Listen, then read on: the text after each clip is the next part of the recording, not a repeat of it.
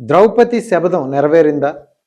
So ఈ టైటిల్‌కి తగ్గట్టే so తమిళనాడులో ఉదయ్ స్టాలిన్ అరెస్ట్ అయ్యారు. సో ఈ అరెస్ట్ అయిన తర్వాత ప్రతి ఒక్కరి కళ్ళు గూడా ఒకరి వైపే ఎళ్తున్నాయి. సో నిన్న చూసుకుంటే గతంలో త్రిష గారి మీద ఆయన చేసే కామెంట్స్ కావచ్చు, ఆయన చేసే వ్యాఖ్యలు కావచ్చు, నిన్న దుమారం లేపాయి. సో నిన్న అంటే 24 అవర్స్ తిరగకముందే ఉదయ్ స్టాలిన్ అరెస్ట్ చేయడం జరిగింది.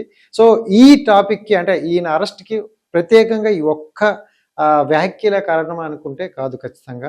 గతంలో జరిగిన ఇష్యూలు, గతంలో జరిగిన టాపిక్‌లు అన్నీ కలిపి ఈ అరెస్ట్‌కి అని చెప్పుకోవచ్చు. సో అరెస్ట్ అయితే అయిపోయింది అండ్ ముందస్తుగా బెయిల్ కూడా వాళ్ళు పెట్టుకున్నారు. బట్ తమిళనాడులో త్రిష గారు చూసుకుంటే త్రిష గారి మీద నెగెటివ్ వాళ్ళ మీద రూమర్లు గతంలో ఎన్నో వచ్చాయి, మీ అందరికీ తెలుసు. సో చాలా వరకు ఫేస్ చేసింది త్రిష గారు. ఇప్పుడు అంటే ఈ విజయ్ గారు సీఎం అవ్వడం, ఈ టైంలో ఆయన స్పీచ్ ఇవ్వడం, సో ఆ వ్యాఖ్యలు అనేవి ఈ టైంలో కరెక్ట్గా వీళ్ళకి తగలడం, సో ఇదంతా చూసుకుంటే త్రిష గారి యొక్క సరౌండ్లోనే జరుగుతున్నాయని అనిపిస్తుంది అనమాట. తమిళనాడులో జరుగుతున్న ఇప్పుడున్న ఈ రాజకీయ పరిస్థితులు చూసుకుంటే ప్రజెంట్ ఆయన అరెస్ట్, ఉదయ్ స్టాలిన్ అరెస్ట్ అయితే ఏదైతే ఉందో దానికి మెయిన్ కారణం నిన్న జరిగిన వ్యాఖ్యలే కావచ్చు, గతంలో ఆయన త్రిష గారి మీద చేసిన వ్యాఖ్యలు, గతంలో వీళ్ళిద్దరి మధ్య ఉన్న గొడవలు, ఇవన్నీ కలిపి ఒకేసారి చూసుకుంటే ఆయన మీద కేసు పెట్టడం జరిగింది. సో ఆయనకి అంటే స్టార్టింగ్లో మనం చెప్పుకుంటూ ద్రౌపది ఇది నెరవేరింది, కళ నెరవేరిందా, ద్రౌపది శబదం నెరవేరిందా అని అనుకోవచ్చు అనమాట.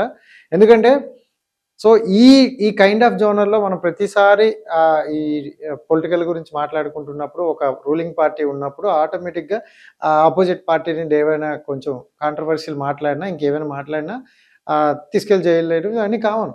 బట్ ఇక్కడ విజయ్ గారి మీద కాకుండా త్రిష గారి మీద నెగిటివ్ కామెంట్స్ చేసినప్పుడు, ఆవిడ మీద చేసే కామెంట్స్, సో దానివల్ల ఆయన్ని తీసుకెళ్లేది అని చూస్తే ఇక్కడ తమిళనాడు పాలిటిక్స్ మొత్తం ఒక్కసారిగా టర్న్ అవుతున్నాయి అనమాట. ఇది మన విజయ్ గారికి ఒకవేళ నెగిటివ్ అయ్యే అవకాశం కూడా ఉండొచ్చు. ఎందుకంటే ఆవిడ మీద ఆయన వ్యాఖ్యలు చేస్తే ఈయన రియాక్ట్ అవుతున్నారు. సో తమిళనాడు ప్రజలందరూ కూడా ఆయన్ని నమ్ముకుంటూ కొన్ని బాధ్యతలు అయితే అప్పచెప్పారు. సో ఇలాంటి టైంలో ఇది కరెక్టా కాదా అనేది ఒకసారి మీరే ఆలోచించండి. ఎనీవే ఏది జరిగిందో పక్కన పెడితే ఈ అరెస్ట్ తర్వాత తమిళనాడు పాలిటిక్స్ మొత్తం ఒక్కసారిగా మళ్ళీ వేడిగా అవుతున్నాయి అనమాట. త్రిష గారు లాస్ట్ అంతకు ముందు చూసుకుంటే వాళ్ళిద్దరి మధ్యన ఉన్న గొడవలు ఇవన్నీ ఇప్పుడు దీనికి ప్రతీకారం అని చెప్పుకోవచ్చు అనమాట. మంగాబస్ శబదం అన్నట్టు ఇలాగే నడుస్తుంది అనమాట. సో ఇంకా మోర్ ఇన్ఫర్మేటివ్ వీడియో కోసం so like and share and subscribe చేయండి. Thank you so much.